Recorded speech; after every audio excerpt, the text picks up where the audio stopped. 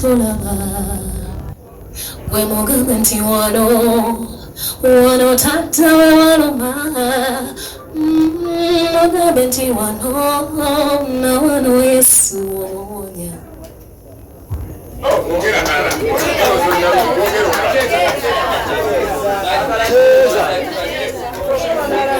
From the moment je wanonda ompadde birunjera ontwala walunjate namukubengana. From the moment je nakwekwatant ebyange byakyuka kati ndi mwana wa mwami. Onkoledde birungi nayimba onkoledde birungi natenda onkoledde birungi nakutendanga onkoledde birungi bitagambika. I will praise you all my life. Mbagambye dance for Jesus so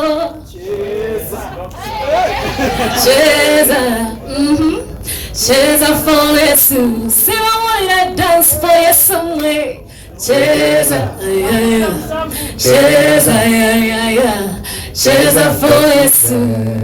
All right, thank you so very much. Not to the set. One, because I have a story where someone was called to me, and by that time I was not saved.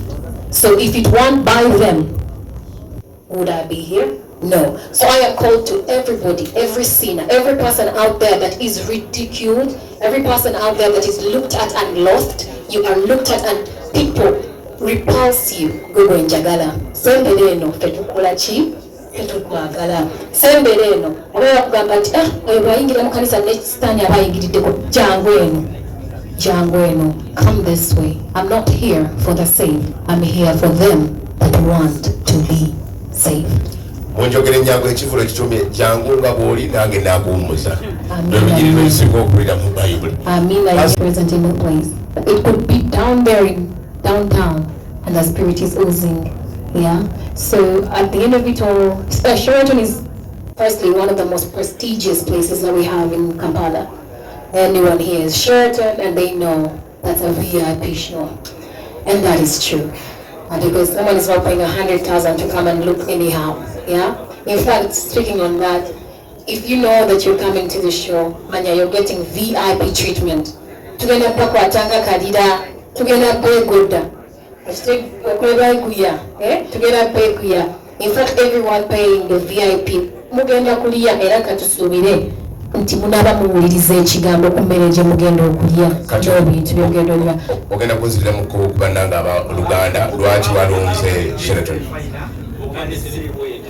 Wanji? Yes. Akitegedde agenda kukyusa. Sorry. Ndi mukwogera omanyi okwegodda nagodda kuli mulemezi naye nga kale Sheraton kifo kya muwendo buli omu akimanyi ebifo ebimu ebiteetaaga nnyo okwogerera brand yezeeyogerera. Sheraton kifo kirungi era nkimanyi buli anajja ajja kuba awulira bulungi okuba mu kifo muno era ng'ali comfortable nga kwegamba nga awulira nti atuuse walina okubeera ekifo kigenda tulabirira tugenda beera ne security bulungi services zigenda kubeera mu mutindo. So kyensinga okumanya nti the place gye twalondera ddala. Okuteekateeka kw'abantu okutuukiriza kwa Mukama. Mukama ye yamanya nti wajja kubeera ku Sheraton. Okay, njagala banne tubaye mangu ebibuuzo bwe mbatumbira nga ffe tumaliriza. Mukama yeebazibwe. Bampita MC okuva ku KTV 5 to 7. Madam Gabi nina ekibuuzo olina emikwano mingi from the secular world abayimbi. Should we expect on the 17th nti ogenda pewa platform they perform with you on the same stage or tusuubira okufunayo abayimbi ab'ensi mu njogera ennyangu bayimbe naawe? Tetusuubira tekigenda kusoboka. But it's not because a show is being organized. Era abali musumba yogedde tuli mu kusaba ne Mukama alina orders ezize. Alina wagamba nti kati wano njagala ndabe kino. So ennyimba nnungi nnyo ze bayimba abamu nga nnungi ddala olinga oluwulira ne lunyuma naye si olwo. Olwo bagenda kuba mu bangi nnyo mu audience era nga nabo bazze nga gwe bozze nga banoonya Mukama Katonda. Ndowooza mukitegedde bulungi. Okay. Ekibaleeta Mukama Katonda. Balungi bajja kujja naye Mukama. Kino kya Mukama. Nze Mako kwekyo kyennyini kyoyogedde. Very beautiful gospel songs. But I can wish to come and perform those beautiful gospel songs in your show. Ekyokubiri, I want to appreciate you.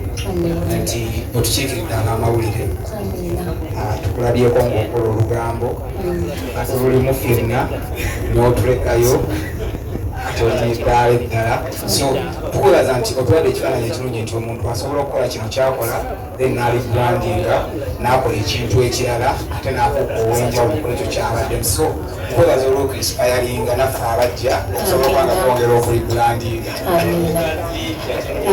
Okwange singa ndi mu birala nnyo naye amaanyi ag'omwami oyo si matono. So nawe wonna wooli ate nga nekyemuli Mukama wakukuumidde munnange, wakukuumidde, wakuliisiza, wakulabirira, teweevumawo, walungi ddala kubanga singa tolinaawo osanga ebintu byandibadde different. So until the Lord tells you to move, be confident and contented where you are wakukuumidde. Era nga nkyebaliza Mukama kati ku ky'abayimbi bannange abalina gospel music, as the Lord leads us, shall we invite them? Nga we nabagambye ekivulu si kya balokole, ekivulu ky'abantu ba Katonda. I'll be delighted to have them perform for the Lord, to have nabo babagaogereko Mukama gy'abagye. It's a beautiful thing. So yes, it is possible, very possible. I'd actually love to see that. Okay. You can never give someone that needs help. At the very least, fubanga nnyo okulaba ng'ensigo gy'osiga esinga ssente. So it is kibanda kya munanfu sinza okubeera nogamba kati akasente tugendaganda tukabawa abantu kati wetutakabawa nga nnimba. So kyesinga okumanya nti omulimu gwa Mukama munze gujja kukolebwa nga bwagusiimye.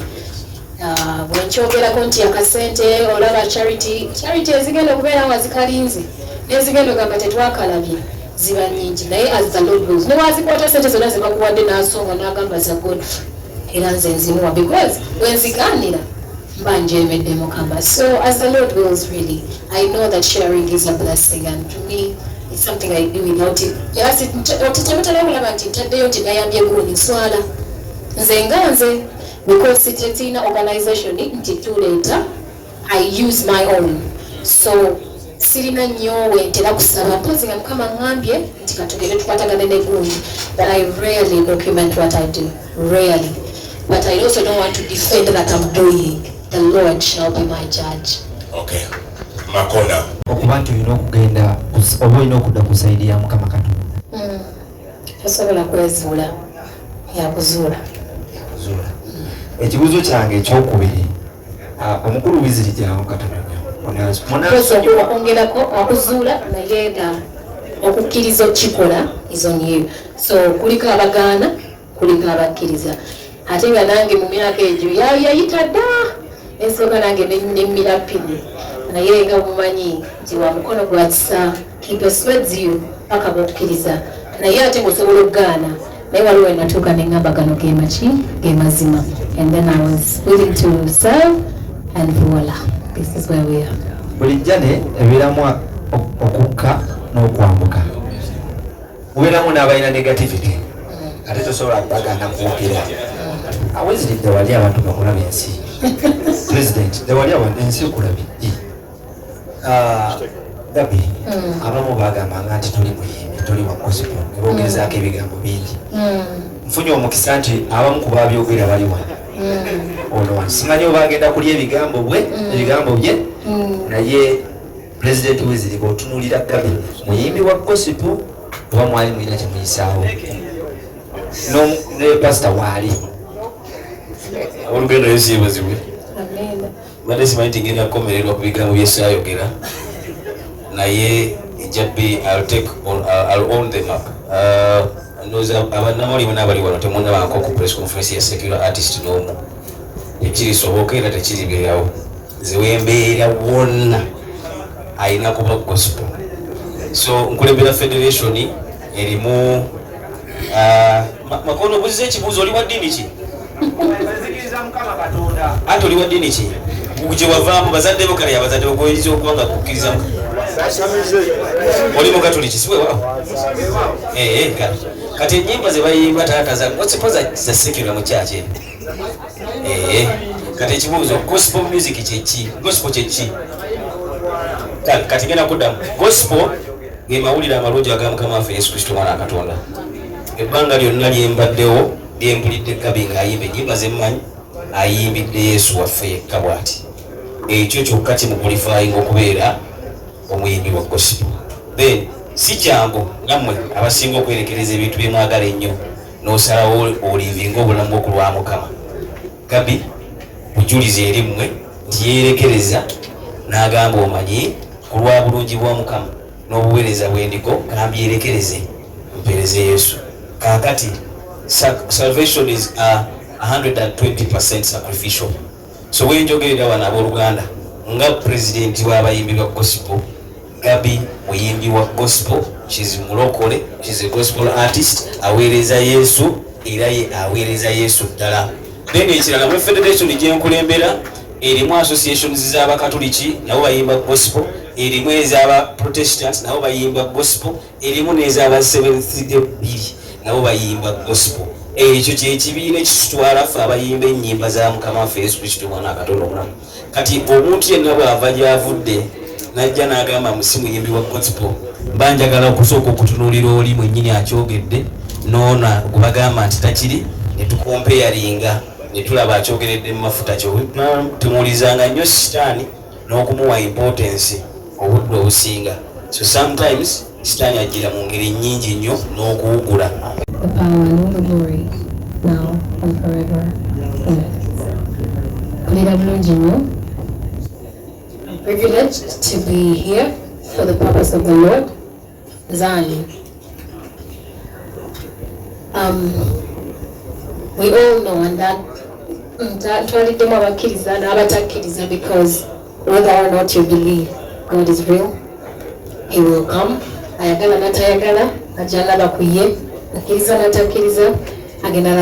So it's really not up for debate whether or not you know which side. You choose which side, but the Lord God, Jehovah, Jireh, is real.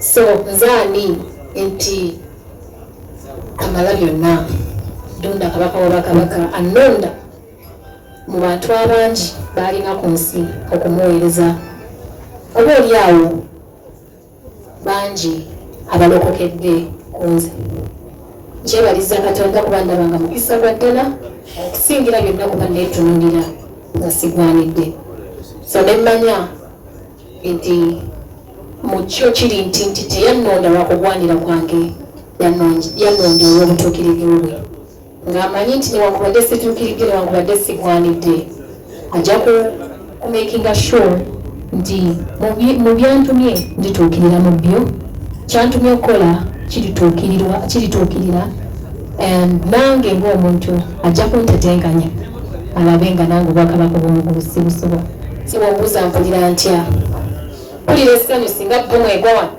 nze mba ngenda mu ggulu kale ndi musanyufu bwattabwigada happens naye ndi musanyufu nnyo mwebale kugira mu bungi. Thank you so much. Sina kyasobola kubawa buli kinoomu ali wano but this solidarity, this is a lot. Thank you so much. Kuba manyi mwana kyemuteekamu. I know how beautifully you are all speaking about me right now. Mukama abampaire omukisa. Sirina bwempisa mu maaso wano kubanga kyemukola nange sikiyinza. And buli omu tebamukase. There's not an amount that we can pay you that is worth the work you're doing. So thank you so very much. The media that is here, thank you so much. May God richly bless you. Gabi, mubasumba bonna n'abayimbi bonna aba gospel. Lwaki walonze Pastor Twina okubeera okumpi lwali? Pastor Twina sinze namulonze Mukama yamulonze. But away from that, he's my friend. Mu industry eno nsanzemu emikwano emizibu n'emyangu. Pastor Twina is one of my favorite people. As a person, nga n'obusumba tubuze kubbali mukwano gwange. Mukwano gwange nnyo. Nti bw'oba otunudde n'obeera nga gwe muntu ajudginga amangu. oyinza n'okusanga ng'okoze ensobi. He's my friend and ye muntu nti twogera kitono ku bitukwatako naye kisinga ne twogera ku Mukama Katonda. Kale nze gye mikwano ginsanyusa kubanga buli gwe nva ku ssimu oba wemba naye omuntu oyo nvaawo nga nina kyenfunye kusinga okuba nti oba tunaatuulawo ne tugeya gundi oba tunaatuulawo ne tweyogerako nze nina kino nakiri naye ne twogera ku Bakabaka bwa mu ggulu. So kinsanyusa nnyo. He's one of my kulaba nti nno Mukama atubeereddewo era mmanyi nti mwenna muzze wano kubanga mumukkiririzaamu. You believe in her and what she has to offer, and on the 17th I'm assuring you that it's going to be a blast. We came envisioning or envisaging this, and we are very, very, very sure that it is going to be 100%. Okay. Before it will carry so little. Kati maze okunyuma matiki. Kati maze okuyimba amaloboozi mangi. Every person in there different intonation amaloboozi mangi ate amalungi. So siyatunulira ne ngamba nyimba nnyo. Nyimba ku olwo Mukama lw'aba ngambye. So the concert in itself is really, really aimed to draw people to God. Era ngenda kukozesa kakisa kano okugyawo kiri nti ekivvulu ky'abalokole. Kino si kivvulu ky'abalokole, kino kivvulu ky'abantu ba Mukama. That includes gwe yalokoka naawe atannaba. Ali eyo ng'ondaba obwenzi bukususseeko, obwamalaya tebatuma, obukumpanya, jangu eno bakwagala. Come where you're loved. Come see a God that loves everybody. Come. Ekivvulu kino nziramu si kivvulu ky'abalokole, kivvulu ky'abaana ba Katonda. So come as you are. Oba olunaku lubadde lukyanga n'okuba obadde ova kunyakula kasimu, jangu weekweka eno. Osanga bw'onaamalira concert onoonya nnyiniko oba muddisi. Si kyo? So ekivvulu kino si kivvulu ky'abalokole, kivvulu ky'abantu ba Mukama. Ate awo wenva njogedde bwentyo buli kinnoomu omulokole n'atali aba muntu wa Mukama. So come in big numbers. Tofaayo bw'otunudde jangu olabe Katonda atasosola. us to be part of this wonderful show. Yes. Absolutely. Manange Niyanzisa, first of all, I want to say thank you to every media house. My sister just said it all. There is no amount of money that we can pay you that is equal to the services that you offer. We appreciate you. Every media house. Kabaka Wesley Simanyori, we want to appreciate you in our faith, Christian faith. King Wesley has really done a great work. We are glad that my heart rejoices. Thank you so much. Now, Mukuluza Mbale agambye twanabayo okusaba lukungaanga lwa kusinza. Tugenda kusinza naye Mukama wakka. There are things you can never say it will not happen. Actually, the uniqueness about events where we call God, bw'omutegesi bw'obanga naawe ina kyebategekera abantu specific, then that is not God. When God comes, the unexpected happen. When God comes down, let your tategese nkimanyi. Even my sister yetaaga afuna interview after the event because God is going to surprise her herself. It's such a good opportunity. So I want to thank you. I am here to represent my brothers and sisters more gospel industry. And I want to tell the nation that gospel music is supporting my sister Gabi. Between the girl Rafe, that is a cheeky dabalala, Abani Nabachala, Aweta Nabali War, Omanima, Wantoria Vakoro Yariko. But I'm representing the gospel music. My brothers and sisters are going to be here on the 17th. Mukama Banjagalide, Mukama Wempe, so you cannot miss that day. Okusinza, tugenda kusinza ddala. Obadde mu bivvulu eby'amaanyi nnyo wali obikozeeko. Kusoomozebwa kigabi kwayolekedde.